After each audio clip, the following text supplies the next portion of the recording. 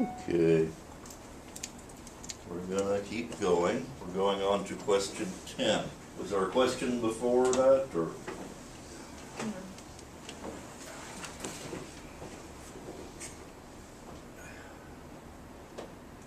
What interest does the state of Texas have in the bed of a navigable stream? Mineral, basically. It also can't prevent, or the state can prevent a private property owner from preventing people from using a navigable stream.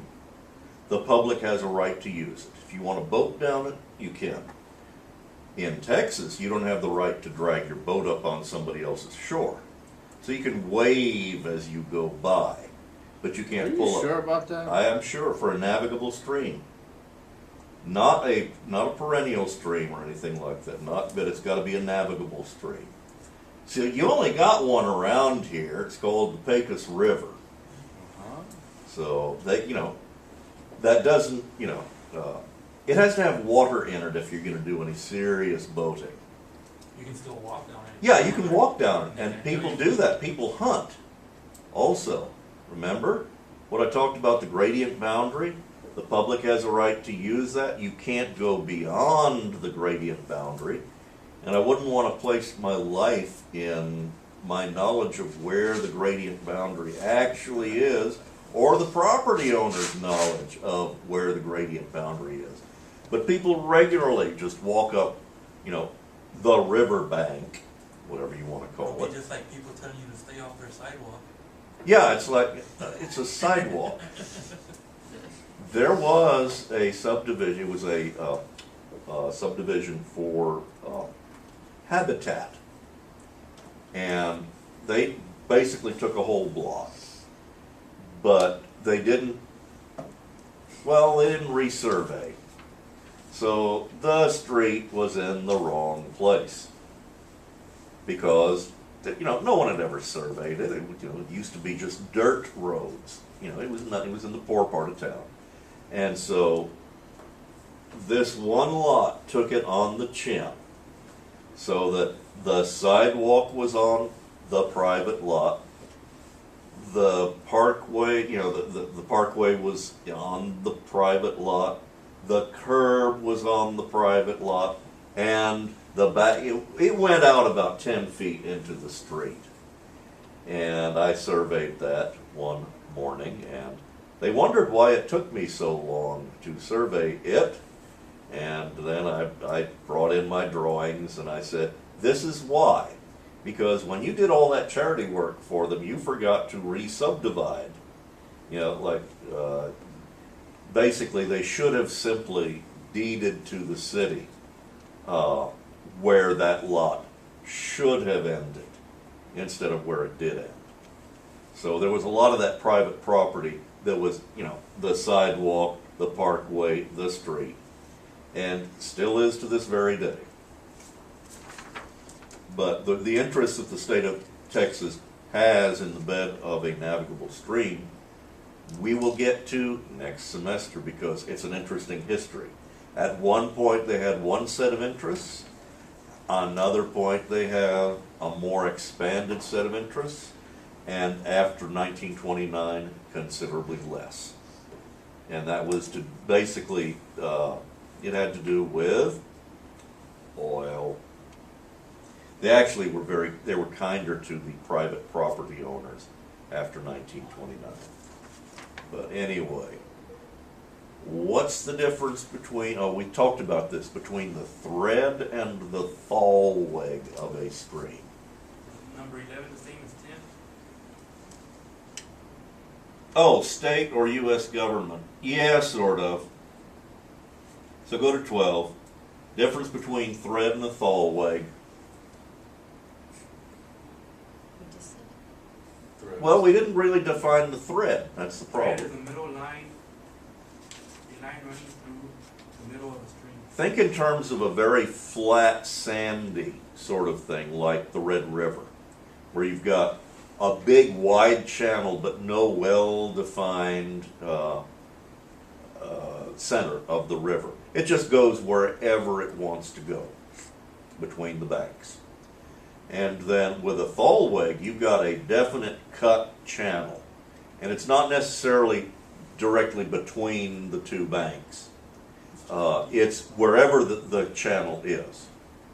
And that's where adjoining property owners' property goes to if you've got one. If you don't have a thalweg, then it goes to the center of the river, center of the stream. The important overriding point is that that's where they can both share the resource of the water. So that one doesn't get it and the other one doesn't. Right. It's all about sharing the resource. Okay, 13. These valuable definitions that will come in so handy on the next exam. How is it that I know that? Riparian. Gene. Boundary of a navigable stream. Yeah.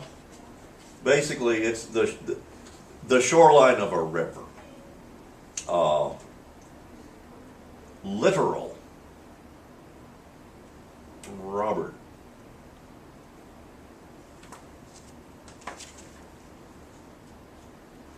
I think he's ignoring me. He's looking it up. You might want to pick up your blacks for that, because we're going to get into where to find this stuff. This is why that chapter 8 doesn't work so well. Because many of the definitions you don't find. Littoral has to do with a shoreline. Seashore or coast. Seashore or coast, something like that. Yeah. If it's affected by the tides, it's littoral. If you have a big enough lake, you can apply littoral rules to it. Erosion. Tina.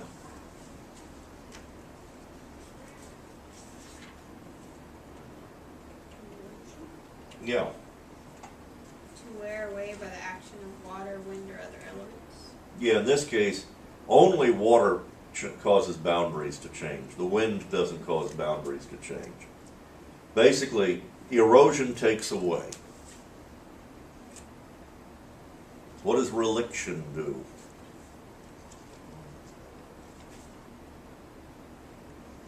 It's kind of like erosion, only it's less noticeable. Erosion is where you have these big cut banks, right? And lots of, the boundary changes because chunks of land fall into the stream. Reliction is where you have the gradual sort of taking away. I left out one. It's called accretion. That's the gradual building up. What was reliction? Reliction is kind of sort of, okay, where you've got the buildup of silt and it looks like it's moving the stream, except it's the stream that's building up that silt. Oh.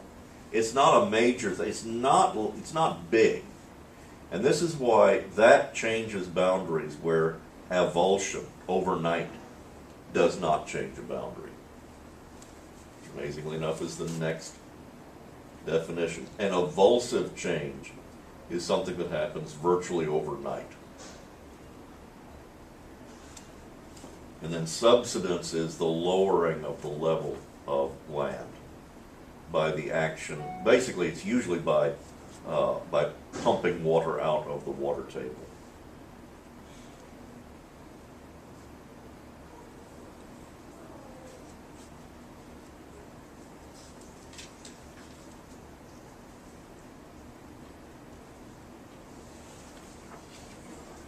Okay, you can't answer 14 until you read 15. 15 is that document, the BLM.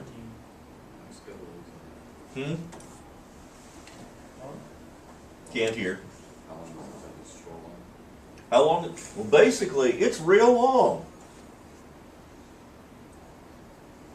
All the way from Sabine Pass to Brownsville. Huh? 823 miles, I hope you looked that up. I guess. Okay, it's whatever it is. Here's the thing, how long is a shoreline? The larger the scale, in other words, the more magnification, the longer that line is, because it's more sinewy, it follows the actual boundary. On a small scale map, i.e. one that shows the whole state of Texas, it's basically just a curve. So there is no correct answer to how long is the shoreline. It's all a question of how you measure it. But we've got more shoreline than almost any state outside of Florida. And they cheated. Now, it's about 7:10. Is that light still on? Yes. Good. Let's see if I can get this going. Okay. This is an important document, and I really encourage you to read it. Okay, there we go. Because it gives you the stuff Chapter 8 doesn't. Definitions, and then basically how to solve boundary disputes concerning water. It describes how water acts. When you have a river bend like this, where will you have erosion and where will you have accretion? Accretion is the building up of land, and erosion is the taking away. You see the direction of the water, and you see the elbow, the So bend in the river. Erosion's gonna be on the outside. On the outside of the elbow. Right, and the accretion would be on the Yeah. inside edge, right? And if it happens slowly, the property owner to the east comes out like a bandit. And the property owner on the west eventually may be out of business altogether. The Mississippi River does that all the time. It will take large sections of land simply by changing its channel. And the former owner is then the former owner.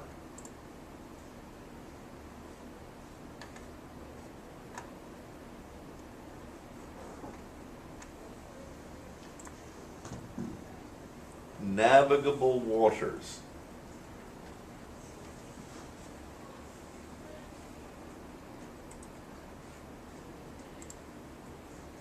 Basically, it depends. Were you one of the original colonies? Like West Virginia was considered part of Virginia, and it was until the Civil War. Kentucky, not one of the original colonies, but not one of the public land survey states, because it was being settled even before the Northwest Ordinance of 1785. So basically, you don't get into the public land survey states until you get north of the Ohio and west of the Mississippi. And I think in this document you've got a good illustration of that.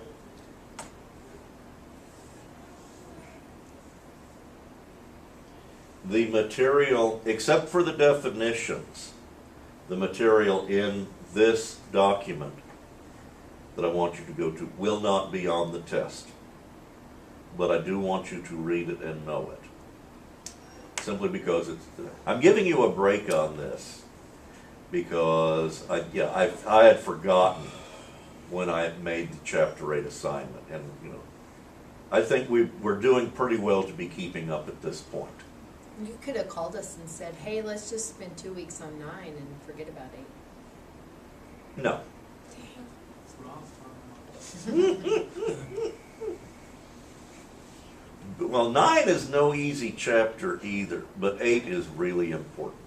No. And well, one of the reasons that it's as important as it is because the property disputes in the far west almost always have to do with water. And, you know, the area basically between the Rocky Mountains and the Sierra Nevadas, one big desert, and you have states like Arizona, Nevada, Utah, etc. Wyoming's on the east side. I can't say that. Idaho. Basically the Great American Desert, and water rights and water boundaries are so important there, and that is public land survey states.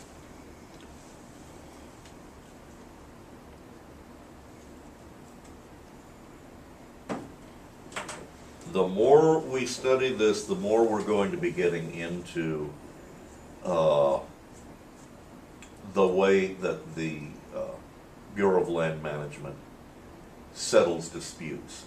And like I said, if, as we have said before, if the land is still under government control, you go back to the original boundaries. If it has already gone into private ownership, then it's settled in state courts. And it is extremely, basically all surveying is local, and if you're going to practice in a state, you have to know the laws of a state. And you will be held responsible for not knowing it by your client and the courts. We were talking about proportionate measurement. You know, like if you have shoreline. If you have the buildup, this area in here, let me find, see my little hand over there? That's built up.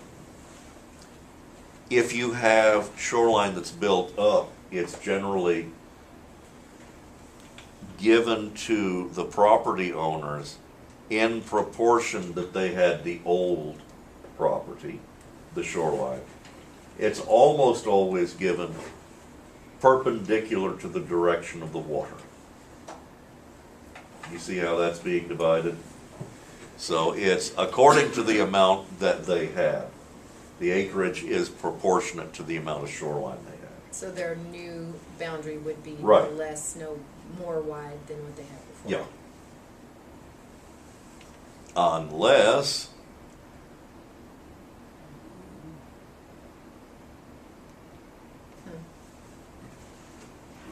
that's basically that is proportional to, you see how much more shoreline you have than the new accretion or area. So basically that got filled in. The question that people go to court over is the shoreline worth more than the accreted acreage? Depends on where you are, and can you use it. If it's down in like New Orleans, yeah, the shoreline is real valuable. If that's all cotton fields, it doesn't matter quite so much.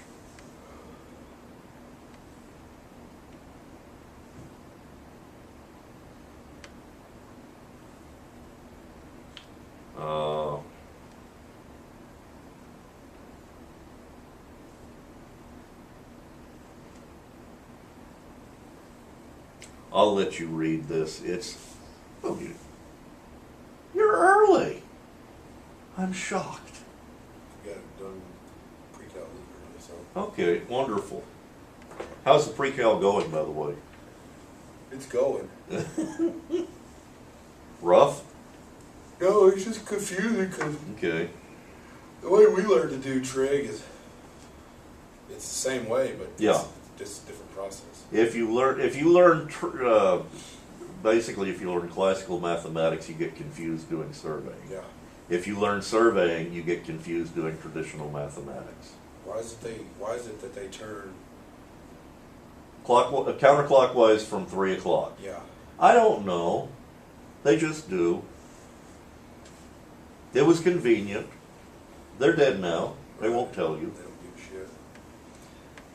Okay, what I was saying about and the Mississippi, which is more valuable, the accreted area or the shoreline.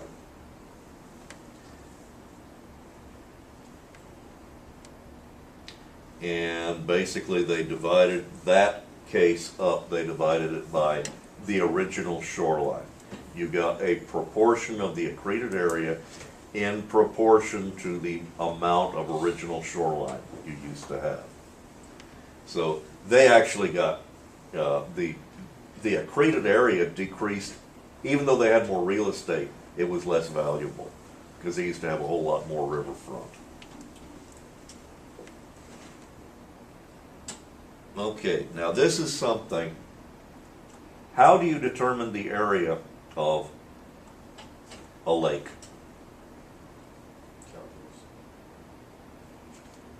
Okay, that's one way. That's not how surveyors did it. The meander line. What's a meander line? Are you asking me? Well, you're in the room.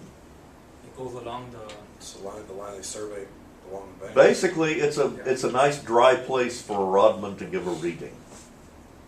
And you use a meander line to determine, and because you'll set up, and then the rodman will call for a certain offset, and so that's how you determine either the center line or the bank of a stream. You don't get into the middle of the stream, although I tried once.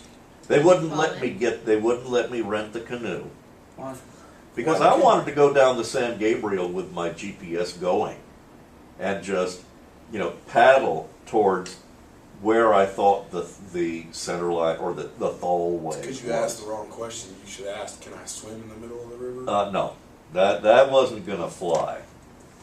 But Just a long enough ride, GPS be okay? well, yeah, what happened was that we ended up doing offsets from a meander, and a meander line is simply a line that you run to establish where the water is. It's not the boundary. The boundary is the water itself, either the center line if it's not a navigable stream, or the private ownership ends at the gradient boundary in Texas or mean high, whatever. Well, why do you see so many deeds calling for, with the meanders? With of the river? meanders of the stream, Right. what's the boundary? The meanders is what they're calling it. No. That's what The it, meander of the stream is simply the sinuosity right. of but the stream that's what itself. they base But their that acreage was on. that's stream's what they're boundary. basing. Right. The that's what I'm saying. stream, the thing meandered is the boundary. Okay, but they're saying with the meanders, and then they go to detail those Yeah. and say this many bearing, Because- this bearing this many okay, feet, this bearing this. What many they feet. did was that they used basically they set points, measured the points. Right, and And they say then- those are on the high bank, and That's then on with the high, meanders and then of you the river. you meander the river. The Right. river, actually, a meander was a character in Greek mythology who wandered a lot. That's fine. That's why she's famous. But they, like Gene said, they're using that to calculate the acreage of that deed. So Right. So the boundary is not the meander line itself. The boundary is the river. So even whether if or the not they river, measured in the river or not. Yeah. So why are they not using that all the way down there for the acreage? you're getting the acreage from basically from, you do the meander to get an acreage of this property. It is a calculation. It's not necessarily what you can actually plant, farm, etc. So is that understood that if you called the meanders of the river to be, even though you measured it along the high bank, that extends out into Usually, to the thalweg, or does well, that have to be expressly that, detailed in the plat and then a deed? unless you get a really bad drought period, you're probably not going to find the thalweg unless you do cross sections.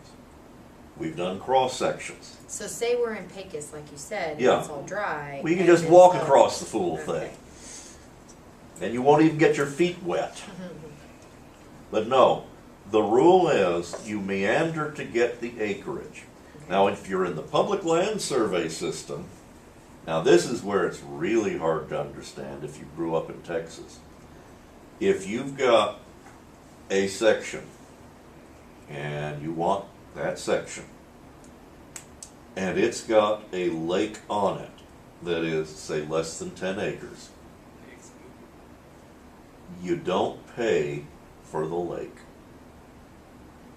You only pay for the arable land, the farmable land. But if your land goes all the way around that lake, you still have If it's ownership less, of it? if it's less than 10 acres, it's yours, and you can even chase people off it. But you don't have to pay for that You don't pay for 9.2 acres. you don't have to pay for the acreage that the lake contains. You're right, that is hard to believe. Yeah, it's like, 50 cents you're getting a lake for free? You know, I don't understand it, but that's the way, if Because it's, people in New Mexico and square states actually have water to do Yeah. with. well, they don't have that much more in New Mexico, certain parts of it. But, okay, if it's more than 10 acres, it's a public lake. So you can't, if it's more than 10 acres, the public has access. You can't chase off the fishermen. So Yeah, but if, from where?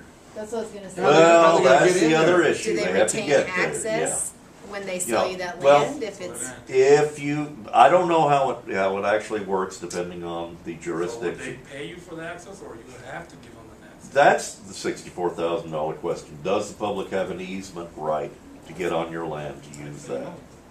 And so the answer is Paul doesn't know. Sorry. But anyway, if it's greater than 10 acres, the public has the right to use it. How they get to it, that's another question. Now, property. what happens if you have, and this is going to be covered a lot in the Public Land Survey System book, if you have a crooked surveyor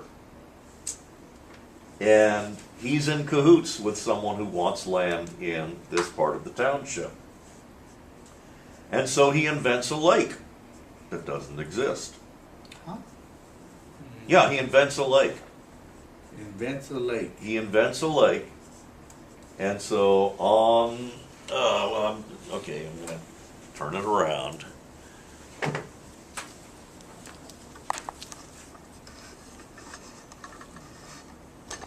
Okay, if we've got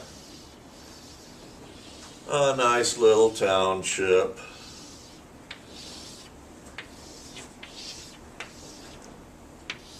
Yeah, this was a survey that was done in a big hurry. So all those township lines are not quite correct. Anyway, this is a township and that is a section, right? And it's 1 mile square, so it's going to be divvied up into quarter sections. What if the surveyor, knows that this person is going to bid on and get this quarter section, and he declares that there is a lake in the middle of it, which then the person going for that section doesn't have to pay for.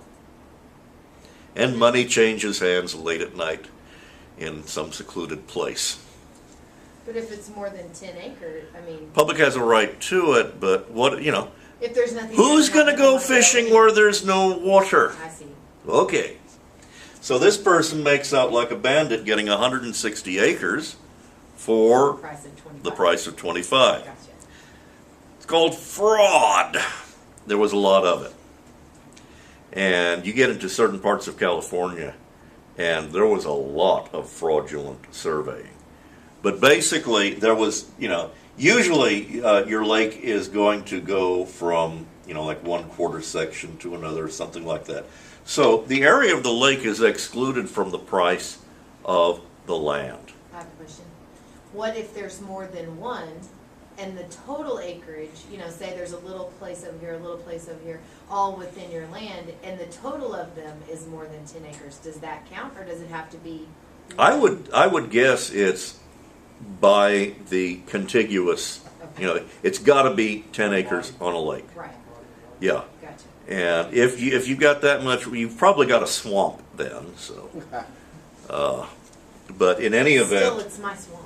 yeah, stay out. Yeah.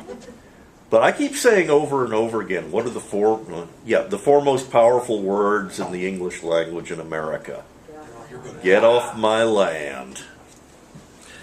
So anyway, we're not quite through. We've got a bunch more to do. I just wanted to give you an idea of what the Public Land Survey state's water rules are. You will get them in great detail in that document, more so than you will. I want you to know, basically what he went over was littoral, was shoreline law. And since that book was written, we've had some really interesting cases in Texas in particular. But think about all of that damage that happened during Katrina and all of that damage that happened in other hurricanes where it actually physically changes the landscape. And so, do people maintain their property rights? Yes. For the most, yeah, they're underwater, but yeah, they've got their property rights. In Texas, they don't. If the shoreline changes, the rights of the state change with the shoreline. No matter how it happens. Well, that's under litigation at this point, because when it wasn't Katrina, Rita. Oh, When Rita hit Galveston, I thought that was Ike that took off. it was. Oh, that's right. It was Ike because Rita hit Houston. Okay. Ike hit Galveston. People had houses, expensive houses, built near the shoreline. The shoreline moved up to their house. In Texas, the public has always had the right to walk on the beach. That hasn't changed. Well, the beach moved onto this person's property so that people were walking on her front yard. And she brought suit in federal court. Is it ongoing? It's, as far as I know, it's still going on. It is not yet decided. She brought suit in federal court, and the state did not oppose that initially. That was a mistake because the state has control over its own land. The woman brought suit for an unlawful taking of land. So Well, she was actually it was saying the sea state? that took it. Yeah. That's not. But according, basically she was fighting the state because of something that the sea had done, the Gulf of Mexico. And it's still under litigation. So basically, the laws concerning water that we're studying are mostly about water boundaries. But the really interesting laws is going to be of this next century on basically water use and water capture. And it's going to be a natural resources issue. So anyway, test on Thursday, not including this BLM document. Except for definitions. Definitions, yeah. Okay. And in that question number 13, write accretion. ACCRETION. Because that's the basis. Those definitions will color how we study All water. all water laws in all states.